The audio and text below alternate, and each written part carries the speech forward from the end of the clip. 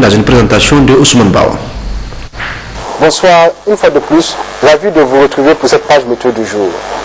L'air humide reste toujours très remonté sur le pays, ce qui fait de ce mois de septembre 2015 une exception.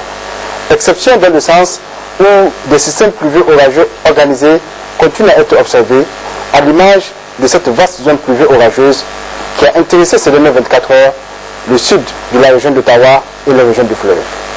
Cet après-midi, il est observé à travers l'imagerie satellitaire de 18 heures locale la présence d'une légère couverture nuageuse sur le Tamesina, et en dehors de nos frontières, c'est une vaste zone pluvieuse orageuse qui est observée sur le Centre-Tchad. L'évolution de cette situation nous amène à prévoir en cours de nuit de faibles activités pluvieuses orageuses sur le sud Manga et une nuit relativement calme sur les autres localités. Pour la matinée de demain, c'est une légère couverture nuageuse qui est attendue sur les régions est du pays et plus à l'ouest sur le Dandi. Chers téléspectateurs, c'est l'essentiel de cette page météorologique. Au revoir et excellente soirée. À noter également la chute un peu légère du front intertropical. Le déroulement et l'organisation du Hajj 2015, un grand accident, s'est produit hier dans l'enceinte de la grande mosquée de la Mecque ville sainte, faisant plusieurs morts et blessés. Cependant, aucune victime n'a été signalée au sein des pèlerins nigériens. Nos envoyés spéciaux Mohamed Madou et Mamassani. Depuis quelques jours, la grande mosquée de la Mecque accueille des centaines de milliers de pèlerins en provenance du monde musulman. C'est dans l'enceinte de cette mosquée que se trouve la Kaaba, autour de laquelle se déroule les rites du Tawaf, qui consiste à effectuer 7 fois le tour de la pierre sacrée. Hier après-midi, un orage d'une rare violence a fait tomber une grue utilisée pour des travaux de rénovation des lieux, faisant 107 morts et plus de 200 blessés selon des sources saoudiennes. Fort heureusement pour le Niger, aucune victime n'a été signalée parmi nos pèlerins. Ce matin, une réunion d'urgence a été convoquée par le Coro pour faire le point de la situation avec les responsables des groupes d'agences qui ont convoyé les pèlerins. Parmi les participants, le docteur Hama Soumana, il est le chef de la mission médicale du Coro. Depuis hier soir, on a contacté toutes les agences présentes ici à la Mecque pour que chacun fasse le compte exact de ces pèlerins. À l'issue de la réunion qu'on a eue ce matin,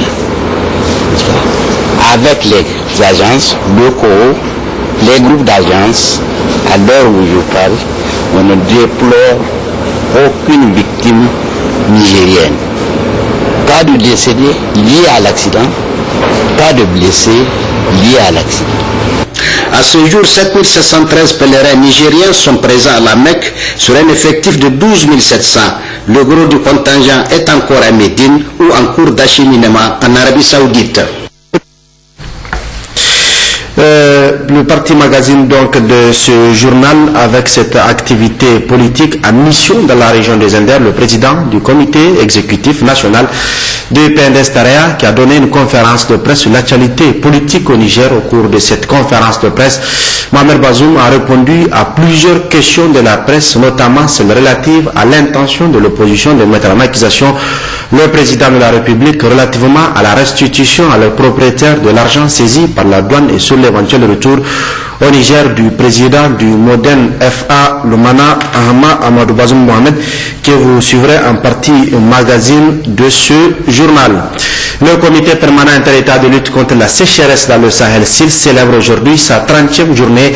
Dans le message qu'il a livré à cette occasion, le président en exercice du SILS, le Malien Ibrahim Boubacar Keïta, a évoqué entre autres l'objectif poursuivi à travers la célébration de cette journée, l'évolution du comité au fil des années et l'actualité marquée par la tenue prochaine de la conférence des partis au COP 21 qui se tient à Paris en France. Un extrait du message du président malien Ibrahim Boubacar Keïta.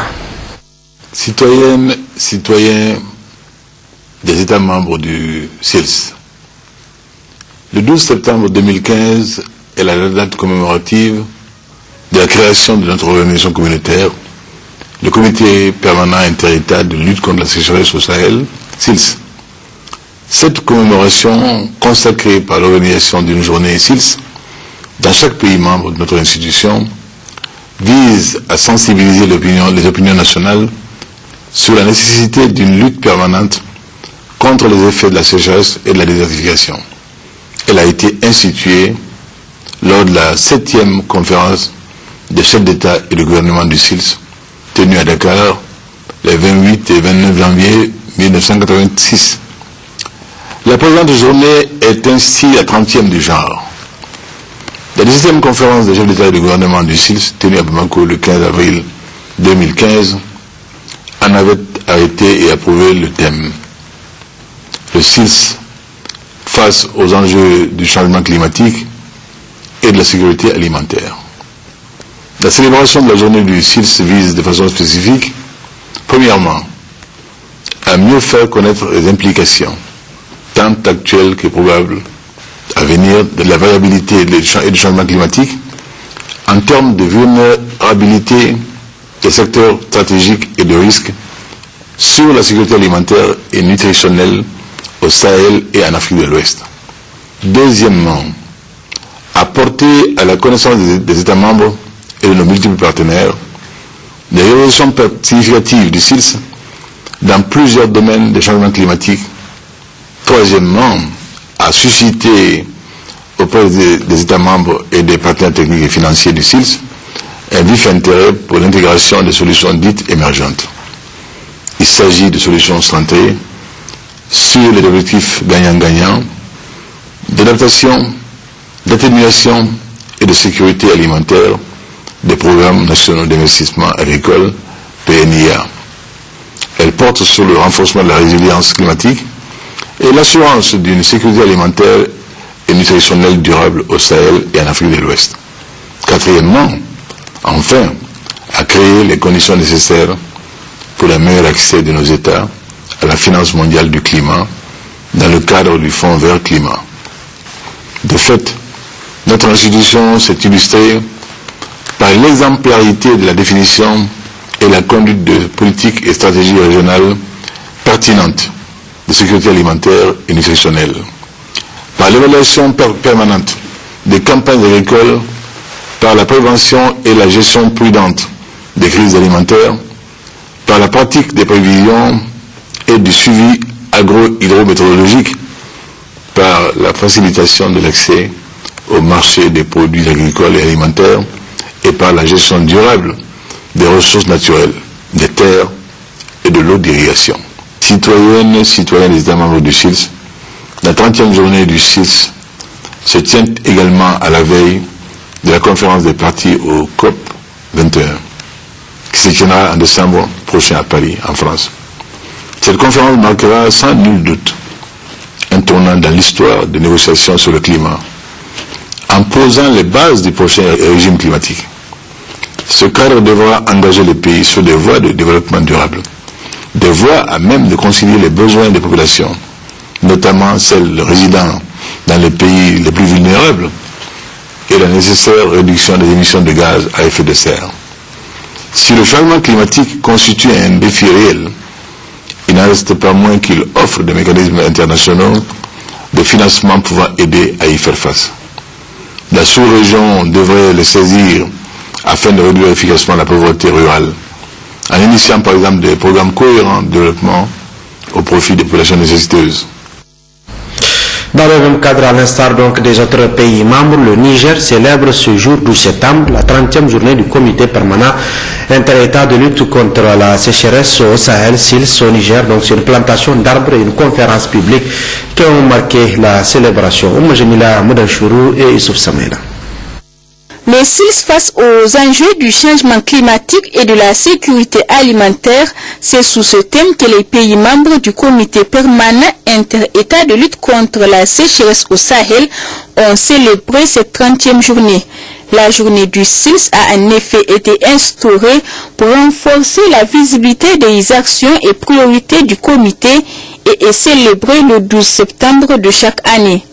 L'impact des actions du SILS dans plusieurs secteurs économiques des pays est perspective. Aujourd'hui, de nouvelles perspectives sont entreprises par le SILS pour fournir de nouveaux produits et services dans ces domaines d'expertise traditionnels. Ces différentes initiatives permettent au SILS de s'investir sur plusieurs thématiques en en lien avec le changement climatique, à savoir, premièrement, l'amélioration des systèmes d'information hydroclimatique ainsi que les capacités d'analyse de l'évolution du climat et ses impacts dans les secteurs prioritaires. Secondairement, le renforcement des capacités de négociation et d'accès au marché carbone. Et enfin, l'intégration du changement climatique dans les politiques, stratégies et plans de développement au niveau national et local. Une agriculture résiliente est nécessaire pour faire face au changement climatique en vue d'assurer une bonne sécurité alimentaire selon le secrétaire général du ministère de l'Agriculture. En ce qui concerne le niveau local et national, des actions pertinentes sont entreprises par les populations pour s'adapter au changement climatique. Ces innovations qui permettent d'améliorer la production tout en amortissant les chocs climatiques méritent d'être renforcées et mises à l'échelle. Il s'agira de consolider les acquis par l'intensification des interventions de terrain axées sur des pratiques d'agriculture intelligente face au climat, qui combinent à la fois des systèmes d'information climatique et d'alerte précoce, des technologies d'adaptation qui améliorent le stockage du carbone dans le sol tout en améliorant la résilience des agriculteurs au choc climatique. La célébration de cette 30e journée du SILS au Niger a été marquée par une plantation d'arbres et une conférence sur le bilan des réalisations du SILS. À l'intérieur du pays, la haute autorité de lutte contre la corruption et les infractions assimilées à SIA poursuit sa caravane de sensibilisation dans la région de Difa. Les membres de cette mission ont tenu ce matin une conférence à Ménesoroa, Habougako et Ibrahim Seydou. Ménesoroa a constitué la deuxième étape de la caravane de la haute autorité de lutte contre la corruption et les infractions assimilées. Et c'est le secrétaire général de la préfecture qui a, au nom du préfet empêché, prononcé le discours d'ouverture. M. Haladou Labo a indiqué que la corruption est un phénomène qui freine le développement d'un pays, c'est pourquoi il faut la combattre. Cette mission est venue à point nommé, a-t-il poursuivi, car elle permettra aux citoyens de savoir les méfaits de la corruption, les missions assignées à la Halsia et le partage d'informations, entre autres. Le secrétaire général a enfin saisi cette occasion pour remercier les membres de la mission pour avoir choisi son entité administrative pour l'organisation de cette conférence et a invité les participants à suivre attentivement le message qui leur sera livré.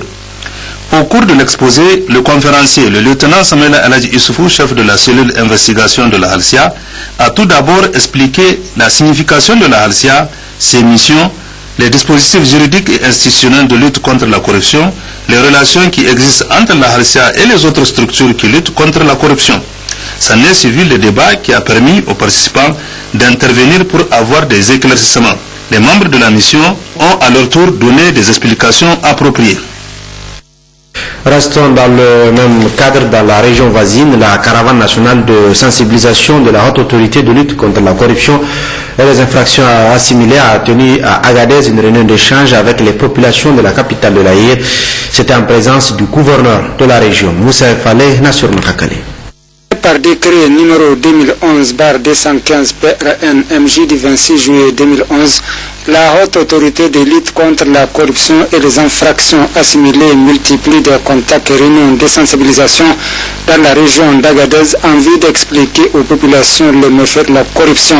Ce matin, les membres de cette caravane nationale de lutte contre la corruption conduite par la commissaire Madame Abdoulaye Fatih Abarti, comprenant également Madame Massadi Halimito et Amadou Issoufou de la Halsia, ont organisé à Agadez une rencontre d'échange avec les populations de la région d'Agadez.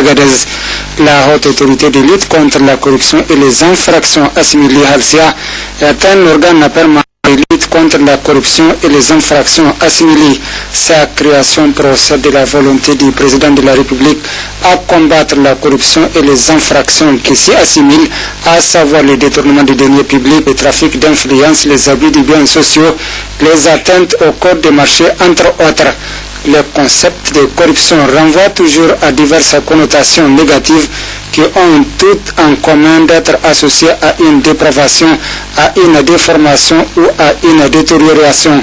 Il convient de rappeler que cette activité de la haute autorité de lutte contre la corruption a été initiée avec le soutien du gouvernement des États-Unis et d'Amérique. La caravane nationale qui s'est déjà rendue à Arlit et Jérusalem a associé l'ensemble des composantes de la communauté afin de marquer la nécessaire collaboration qui doit exister entre les différents acteurs dans le cadre de la lutte contre la corruption. Elle a eu à échanger avec les populations sur des aspects relatifs à la corruption au Niger, ses conséquences, le développement du pays, notre vécu quotidien, sur les causes de la perpétuation du phénomène, sur les dispositifs juridiques et institutionnels et les stratégies que l'État déploie pour faire face à ces phénomènes, sur les attentes dans le cadre de la lutte contre la corruption. Prenant la parole, le gouverneur de la région d'Agadez a de prime abord remercié et salué la présence massive de la population à cette importante rencontre. Le colonel-major Modfode Camara a demandé aux participants de suivre attentivement le message de la Halsia et participer pour mieux comprendre le rôle de la Halsia. Le gouverneur de la région d'Agadez a remercié les autorités de la 7e République, au premier rang desquelles son Excellence Youssouf Mahamadou, président de la République, chef de l'État, et du Premier ministre Birji Rafini, pour l'importance qu'ils accordent à la bonne gouvernance. Pour d'amples explications, écoutons la commissaire Madame Abdoulaye Fatih Abarti. La caravane a été initiée pour faire prendre conscience aux populations des méfaits de la corruption sur le développement économique et social de la région. Et nous cherchons à connaître les méandres de la corruption, comment ça se manifeste dans cette région, quelles sont les pistes de solutions que nous pouvons trouver et faire comprendre aux populations qu'ils peuvent nous approcher par le biais d'une dénonciation ou par écrire et faire connaître les problèmes dans lesquels ils sont en train d'être, dans lesquels ils sont. Dans la région d'Agadez, toujours une mission conjointe entre autorités à la consolidation de la paix, gouvernorat d'Agadez et conseil régional était récemment dans le département de Bilma. Une visite de terrain qui s'inscrit dans le cadre du suivi des réalisations du programme d'appui à la réduction des risques d'insécurité et d'instabilité mis en œuvre dans 4 communes du Kawar sur le financement de l'Union européenne. Mohamed Madou, Nassur Mahakali. Le programme d'appui à la réduction des risques d'insécurité et d'instabilité, communément appelé IDS2, est exécuté par la haute autorité à la consolidation de la paix sur le financement de l'Union européenne. Présent surtout dans les régions du nord-ouest et sud-est du Niger, il se fixe pour objectif essentiel d'atténuer les risques de conflits pouvant naître des menaces terroristes, de l'extrémisme religieux ou de tensions intercommunautaires. Ces activités couvrent la région d'Agadez, notamment le département de Bilma, à travers 2 projets mis en œuvre par la haute autorité à la consolidation de la paix et l'ONG Karkara. L'un consacre ses efforts à la promotion de la paix et de la stabilité PAPS, et l'autre s'appuie sur le relèvement et l'insertion socio-économique des jeunes PARS 2. Il découle du constat d'une mission conjointe de suivi composé du secrétaire général de la haute autorité à la consolidation de la paix, M. Ibrahim Abdou Boukari, du secrétaire général de la région d'Agadez Adamou Haridou et du représentant du conseil régional, que les actions programmées s'exécutent normalement dans le Kawar à la grande satisfaction des parties prenantes. La commune urbaine de Bilma, première étape d'un périple d'une dizaine de jours, les fonds alloués ont servi à la construction des magasins de stockage de sel au niveau des salines de Karala, la construction d'un de retenue d'eau aux fins d'arrosage des jardins maraîchers et l'appui à 23 promoteurs privés en matériel informatique, en machines à coudre et en mécanique. Les bénéficiaires directs sont globalement satisfaits. Témoignage de cette informaticienne de Bilma commune. Avant, nous étions dans le travail militaire. Depuis on a reçu cet ordinateur, nous sommes très bien organisés. Toujours en train de travailler dans mes ateliers. Tous les clients viennent chaque jour. À Fachi, les appuis financiers du IDS2 ont permis l'électrification à l'énergie solaire de la mairie et la réalisation d'infrastructures au profit des secteurs sociaux de base.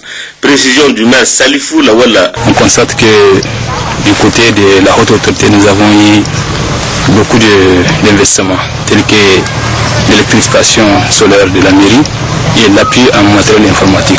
Appui que nous attendons depuis très longtemps et c'était bien tombé. Nous remercions la haute autorité à la consolidation de la paix. De façon globale, la commune de Faché a bénéficié d'une enveloppe de 20 millions à IMO, notamment sur les 3 dossiers, construction des classes, construction d'un magasin banque aliments bétail et plantation de rejets. En plus, les femmes, les jeunes ont été appuyés dans des activités AGR sur un coût de 8 millions de francs CFA. Dans la commune rurale de Jado, également, d'importants investissements ont été réalisés, cela grâce à l'appui financier du programme de réduction des risques d'insécurité et d'instabilité IDS2, comme l'explique le président du conseil municipal, Abba Sidi Lawal.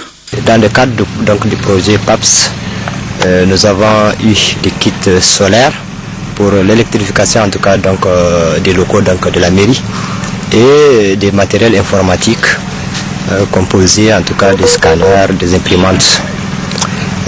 Dans le cadre du projet PARS 2, c'est une enveloppe d'environ 21 millions qui ont été alloués à la commune. L'enveloppe, il y a 5 millions destinés aux activités AGR qui, en tout cas dans la commune de Jado, qui a concerné surtout l'embauche et la reproduction des petits ruminants. Et donc des activités HMO, la construction d'un magasin bétail aliment BAP et l'élégage des palmiers dattiers. S'agissant de la commune de Dirkou, le programme d'appui à la réduction des risques d'insécurité et d'instabilité IDS2 a affecté de moyens conséquents. Les investissements réalisés portent sur l'achat des équipements informatiques, des motopompes, des matériaux de canaux d'irrigation, l'appui au groupement féminin et au petit commerce. Le secrétaire général de la région d'Agadez, M. Adamou Halidou, membre de la mission, s'est dit agréablement surpris par la qualité des résultats enregistrés dans tous les domaines d'intervention du projet. L'État, à travers l'Union européenne, a mis à la disposition des communautés des enveloppes permettant de réaliser des activités en leur faveur. Nous avons visité ces réalisations pour voir de visu est-ce que ça cadre bien avec les objectifs en tout cas qui ont été assignés au programme. Donc nous avons été surpris agréablement au niveau de l'ensemble des communes, en tout cas des réalisations qui ont faites et qui ont été menées par la haute autorité, donc avec l'ONG Karkara pour la mise en œuvre. Donc nous avons été, comme je l'ai dit, en tout cas agréablement surpris et de voir qu'au niveau, en tout cas de toutes les communes, les jeunes sont en train de bien gérer ce qui a été mis à leur disposition. Au cours de cette mission conjointe, un intérêt particulier a été accordé à la question de pérennisation des unités de police municipales mises en place lors de la phase 1 du programme. En somme, les 4 communes du Kawar totalisent dans le cadre de la mise en œuvre de l'IDS2 120 millions de francs CFA d'investissement. Les travaux à haute intensité de main-d'œuvre HIMO et les activités génératrices de revenus AGR exécutés ont fait le bonheur de 634 bénéficiaires constitués de jeunes de 18 à 35 ans. C'est dire que ce programme participe à la résorption du chômage, souvent source d'insécurité et d'instabilité récurrente. Ouverture ce matin à Tawa des travaux de l'atelier de renforcement des capacités des instances locales de gouvernance et de coordination de l'initiative 3e, un atelier qui s'inscrit dans le cadre de l'approche novatrice des communes de convergence. Sandana Tahi et Mohamedou Agoumou. Organisé avec l'appui de la FAO, cet atelier vient à point nommé et vise à permettre aux membres des instances de gouvernance des communes de convergence des départements de Bagaroua et Tassara d'être mieux outillés pour jouer pleinement leur rôle, c'est-à-dire être à mesure d'animer les différentes instances de gouvernance. L'un des diagnostics qui a été posé au niveau du Haut-Commissariat, il y a une sorte de tassement de connaissances entre les niveaux administratifs. Aujourd'hui, vous avez des cadres supérieurs du niveau national jusqu'au niveau du terrain. Et là, donc, avec vraiment le partage de l'information ou des informations qui est facilité avec Internet, donc, il faut avoir une autre démarche qui est plus pertinente pour les instances pour qu'elles soient plus opérationnelles. Procédant à l'ouverture de ces travaux, le représentant du gouvernorat a indiqué que cet atelier s'inscrit dans le cadre de l'approche novatrice des communes de convergence. En effet, c'est en début 2014, dans le cadre de l'appui à l'accélération de l'atteinte des objectifs du millénaire pour le développement OMD, que le Haut Commissariat à l'initiative 3e et les agences du SNU ont développé l'approche dite des communes de convergence qui fait de communes les portes d'entrée pour concilier les efforts humanitaires de développement et créer un partenariat synergique destiné à renforcer la résilience des communautés. Il est bon enfin de noter que ces travaux se dérouleront sous forme d'échanges en groupe et en plénière, ce qui permettra aux participants qui sont les cadres régionaux, départementaux et communaux de renforcer leurs capacités en matière d'accélération de mise en œuvre et d'atteinte de tous les objectifs assignés à l'initiative 3N.